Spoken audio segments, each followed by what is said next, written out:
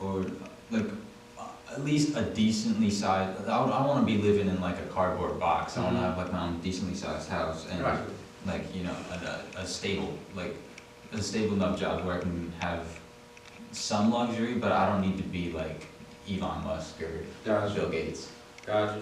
No, I like that, and I think it's important just to realize, like you said, because people have this thing where it's like, believe it or not, in the U.S., like after about $260,000, you're considered a one percenter, and it's really the same. Like the more you make, the more you get paid in taxes.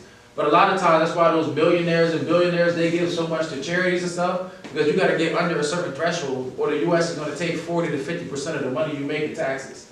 So that's why I personally believe, like, I want to be a millionaire, but it's not just for me to be super rich. I want to be able to help people financially and do different things, right? Oh, hey, me and you was doing changing the narrative and you want to go to college, I'm going to pay for you to go to college, stuff like that, right? But a lot of times people, I'm not going to call it greed, but you think that you need a super big house, but then you don't have anybody to live with, right? You think you need all these fancy cars, but you can only drive one. So my biggest goal is for me to spend time with my family.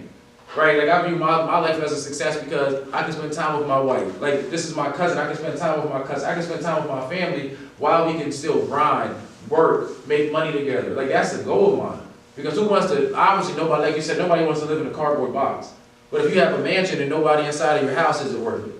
Right, if you have $1 million and your kids hate you, is it worth it? If you have a big house and your spouse hates you and you get a divorce, was it all worth it?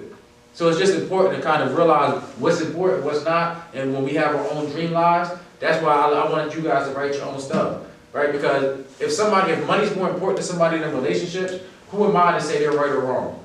Like do whatever you want. I just know for me, I'd rather be with family and be comfortable, right? Like I wouldn't want to be super rich and people hate me, but I wouldn't want to be super broke and everybody love me. So it's something right there in the middle.